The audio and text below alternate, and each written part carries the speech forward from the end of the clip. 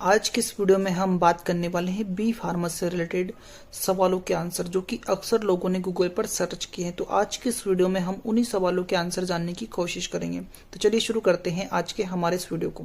दोस्तों, गूगल पर अक्सर लोग सर्च करते हैं कि बी फार्मा कितने साल का कोर्स है या फिर बी फार्मा का फुल फॉर्म क्या है। तो इसका आंसर है दोस्तों, बी फार्मा का फुल फॉर्म होता है बैचलर ऑफ फार्मेसी और ये मेनली 4 साल का कोर्स है।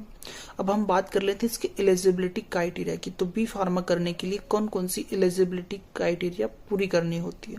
तो इसके लिए दोस्तों सबसे पहले तो आपका 12th पास होना जरूरी है और 12th में आपके जो सब्जेक्ट हैं उसमें आपका बायोलॉजी, केमिस्ट्री, फिजिक्स होना बहुत जरूरी होता है। इसके अलावा अगर आपके पास में बायोलॉजी की जगह मैथ सब्जेक्ट है तब भी आप बी फार्मा करने के लिए एलिजिबल हो।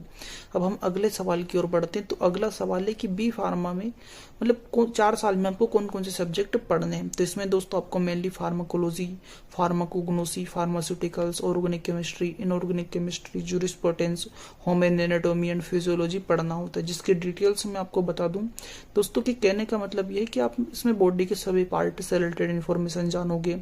इसके अलावा आप ड्रग्स से रिलेटेड और इन्फॉर्मेशन जानोगे। इसके अलावा दोस्तों गवर्नमेंट के कौन कौन से एक्ट आए हुए हैं, कौन कौन से एक्ट बनाए गए हैं मेडिकल फील्ड से रिलेटेड, वो सारी इन्फॉर्मेशन आपको दी जाती है। औषधियों के बारे में भी आपको इन्फॉर्मेशन दी जाती है। ड्रग को कैसे क्या मॉडिफाई करना है, कौन कौन सी टेबलेट कैसे बनती है, या फिर आप मेडिकल फील्ड में ग्रोथ कैसे कर सकते हैं, वो सारी इन्फॉर्मेशन आपको बी फार्मा के अंदर दी जाती है। अक्सर लोगों का अगला सवाल होता है कि बी फार्मा में कितने सेमेस्टर होते हैं या फिर इसके सेमेस्टर प्रोसेस क्या होती है। तो दोस्तों बी फार्मा में मेनली 8 सेमेस्टर होते हैं, यानी टोटली इसकी 8 बार आपको मेन एग्जाम देनी होती है। वही हम बात कर लेते हैं इसके सेशनल एग्जाम की दोस्तों। तो इसमें एवरी 6 मंथ में आपको एक बार मेन एग्जाम देनी होती है। वही कुछ यूनिवर्सिटियां 2 बार सेशनल एग्जाम करवाती है। दोस्तों कहने का मतलब ये है कि इसमें जो आपकी मतलब आपका जो रिजल्ट आता है उसमें आपके कॉलेज लेवल के एग्जाम के भी नंबर इंक्लूड होते हैं, यानी सेशनल एग्जाम जो आप देते हो उसके कुछ परसेंटेज मेन एग्जाम में इंक्लूड होते हैं। तो कहने का मतलब यह है कि सेशनल एग्जाम देना भी आपके लिए बहुत ज्यादा जरूरी होती है। अगला सवाल लोगों ने अक्सर पूछा है कि बी फार्मा के एडवांटेज क्या है। दोस्तों इसका आंसर मैं आपको वीडियो के एंड में दूंगा, लेकिन अभी के लिए सिर्फ मैं आपको इतना बता देता हूं कि बी फार्मा का सबसे बड़ा एडवांटेज है आप मेडिकल फील्ड के से रिलेटेड इंफॉर्मेशन लेते हो। इसके अलावा आप मेडिकल फील्ड में अपनी खुद की एक पहचान बना सकते हो। लोगों का अक्सर सवाल पूछा है, लोगों ने अक्सर सबसे ज्यादा यही सवाल पूछा है कि फार्मासिस्ट कैसे बन सकते हैं। दोस्तों बी फार्मा करने के बाद आप आसानी से फार्मासिस्ट बन सकते हो। आप मेनली किसी भी मेडिकल शॉप या फिर हॉस्पिटल में आसानी से बी फार्मा करने के बाद जॉब ले सकते हो और वहां पे आपको फार्मासिस्ट की उपाधि दी जाती है। लोगों का अक्सर सवाल होता है दोस्तों कि मेडिकल हम खोल सकते हैं या नहीं खोल सकते बी फार्मा करने के बाद।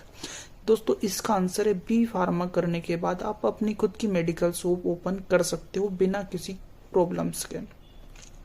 लोगों का अक्सर अगला सवाल होता है कि बी फार्मा करने के बाद हम कौन कौन सी फील्ड में जॉब कर सकते हैं।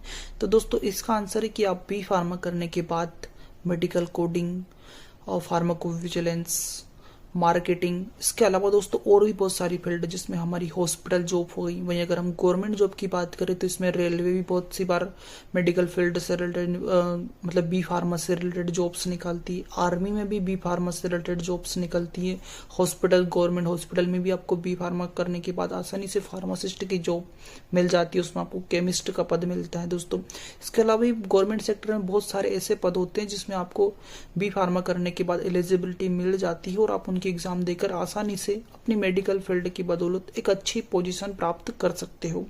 अक्सर दोस्तों आपने देखा होगा कि ड्रग इंस्पेक्टर बनने के लिए भी आपका बी फार्मा होना बहुत ज्यादा जरूरी होता है। अगर आपके पास में बी फार्मा है तभी आप ड्रग इंस्पेक्टर बन सकते हो। तो बहुत सारे लोगों का सपना होता है कि मैं ड्रग इंस्पेक्टर बनूं, तो उसके लिए भी आपको बी फार्मा ही करना पड़ेगी। अब हम बात कर लेते हैं कि बी फार्मा करने के बाद हम मेडिकल रिप्रेजेंटेटिव या फिर हाईएस्ट सैलरी की बात कर लेते हैं कि बी फार्मा करने के बाद हम कितनी सैलरी अर्न कर सकते हैं। तो दोस्तों आप अगर मेडिकल फील्ड से रिलेटेड मेडिकल रिप्रेजेंटेटिव बनते हो, मार्केटिंग फील्ड में जाते हो, तो वहां की जो सैलरी होती है वो आपके खुद पर डिपेंड करती है। आप जितना ज्यादा सेल करोगे उतनी ज्यादा आपको सैलरी मिलती है। लेकिन अगर हम मेडिकल फील्ड में और भी बहुत सारे कोर्स है, जैसे कि आप मेडिकल कोडिंग में जा रहे हो, फार्माकोविजिलेंस में जा रहे हो या फिर हॉस्पिटल में जॉब कर रहे हो, खुद का मेडिकल खोल रहे हो, तो उसमें आप कितनी सैलरी अर्न कर सकते हो। तो उसका आंसर है दोस्तों कि आप मैक्सिमम यानी न्यूनतम सबसे कम सैलरी की अगर हम बात करें तो वो है 2 लाख रुपए और अधिकतम सैलरी की अगर हम बात करें तो वो 7 लाख रुपए, यानी आप 2 लाख से लेकर 7 लाख रुपए बी फार्मा करने के बाद आसानी से कमा सकते हो। अब हम बात कर लेते हैं दोस्तों कि बी फार्मा करने के बाद हमें और कौन कौन से एडवांटेज मिलेंगे, जो कि पहले भी मैंने आपको बताया। तो सबसे पहला एडवांटेज तो यही है दोस्तों कि आप मेडिकल फील्ड में अपनी खुद की एक पहचान बना लेते हो। दूसरा आंसर है कि आप अपना खुद का मेडिकल शॉप ओपन कर सकते हो। तीसरा एडवांटेज है दोस्तों कि आप बी फार्मा करने के बाद मेडिकल फील्ड से रिलेटेड यानी हमारी बॉडी से रिलेटेड या फिर आप मेडिकल फील्ड की और इन्फॉर्मेशन जान लेते हो, उसके बारे में आपको इन्फॉर्मेशन बी फार्मा करने के बाद मिल जाती है, जिसमें आप ड्रग का कैसे क्या हमारी बॉडी में कौन कौन से इफेक्ट शो करती है, कौन सी ड्रग कैसे क्या हमारी बॉडी में मैकेनिज्म एक्शन शो करती है, कौन सी ड्रग हमारी बीमारी को कैसे ट्रीट करती है, कौन सी बीमारी के लिए हमें कौन सी टेबलेट लेनी चाहिए, वो सारी इन्फॉर्मेशन आपको बी फार्मा करने के बाद आसानी से मिल जाती है। इसके अलावा दोस्तों आपको अगर बी फार्मा से रिलेटेड किसी और सवाल के आंसर जानना है तो आप कमेंट के माध्यम से आप कमेंट बॉक्स में जाकर कमेंट कर सकते हैं। वहां पे मैं नेक्स्ट वीडियो में उन सभी सवालों के जवाब देने की भी पूरी कोशिश करूंगा और नेक्स्ट वीडियो में उन सवालों से रिलेटेड इन्फॉर्मेशन देने की पूरी आपको 100% कोशिश करूंगा। ओके दोस्तों, मिलते हैं अगले वीडियो में, तब तक के लिए जय हिंद।